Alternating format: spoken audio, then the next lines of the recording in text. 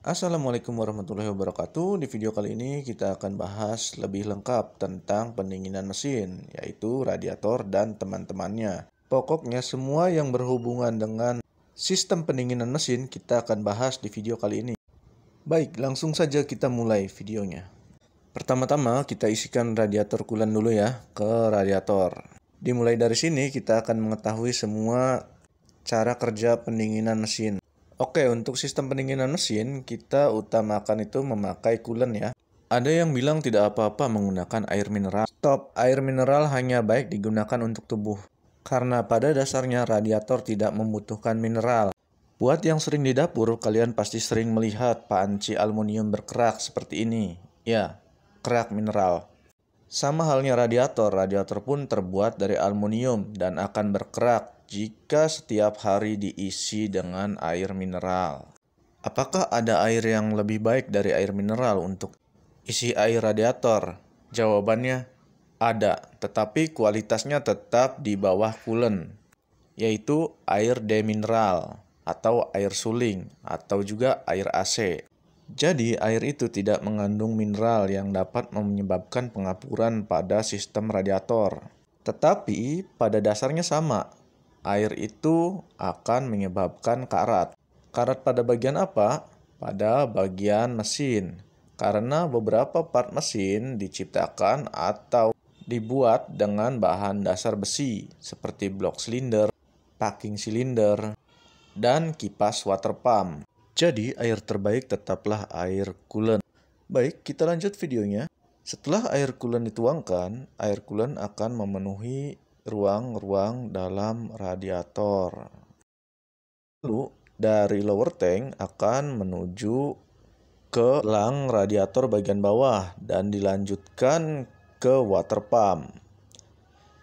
Dan water pump ini sendiri diputarkan oleh puli dan disambungkan oleh fan belt yang akan berputar mengikuti mesin. Jadi, semakin kencang putaran mesin, maka semakin kencang juga putaran water pump. Lalu, water pump akan mendorong air tersebut menuju water jacket, atau lebih mudahnya sekitaran blok silinder. Air radiator di dalam blok silinder ini akan mengisi ruang-ruang kosong di sekitaran silinder ya. Ini yang membedakan mesin dengan radiator dan tidak dengan radiator. Untuk yang radiator ini memiliki ruang sirkulasi air ya di sekitaran piston. Jadi kalau ruang ini mampet atau korosi akibat air, ini bisa berakibat fatal, dapat menyebabkan overheat pada mesin kendaraan.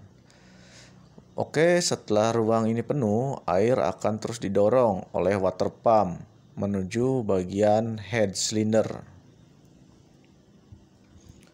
Fungsinya apa? Untuk mendinginkan bagian head cylinder, karena bagian head cylinder itu sendiri memerlukan pendinginan mesin. Tapi sebelum menuju head cylinder, air akan melewati gasket cylinder head. Nah, bagian ini yang sering bermasalah ketika terjadinya korosi. Karena jika gasket ini korosi, air akan nyebrang ke ruang bakar dan akan menyebabkan knocking. Efeknya, kadang oli bercampur dengan air, lalu kompresi loss, hingga akhirnya bisa menyebabkan turun mesin. Baru setelah melewati itu, air akan diteruskan ke atas menuju ruang-ruang pada bagian head cylinder. Setelah ruang-ruang pada head cylinder ini penuh, air akan terus dialirkan menuju satu bagian yang penting pada sistem pendinginan radiator, yaitu termostat. Untuk bentuk termostat ini seperti ini.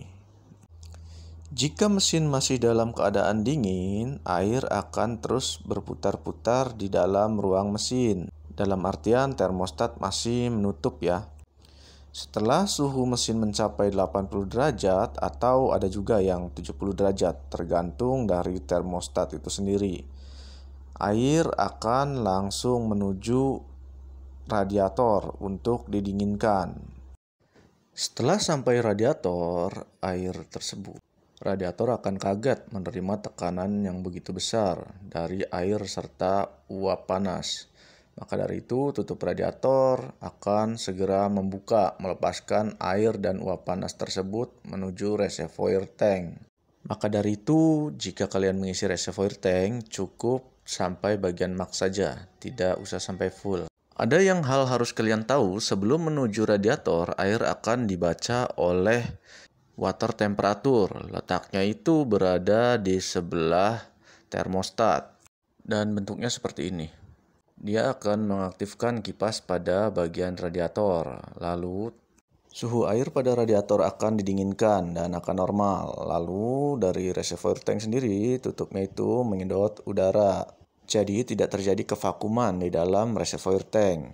Lalu air tersebut akan dapat mudah disedot oleh radiator. Jadi tutup radiator akan ke bawah, lalu air reservoir tank masuk menuju radiator. Nah, seperti itu ya prosesnya ya. Jadi di reservoir tank ini akan kosong, airnya akan tersedot semua ke radiator dan berputar terus seperti itu di dalam mesin. Jadi tetap jaga kondisi radiator serta part-part pendukungnya agar kondisi mesin tetap baik.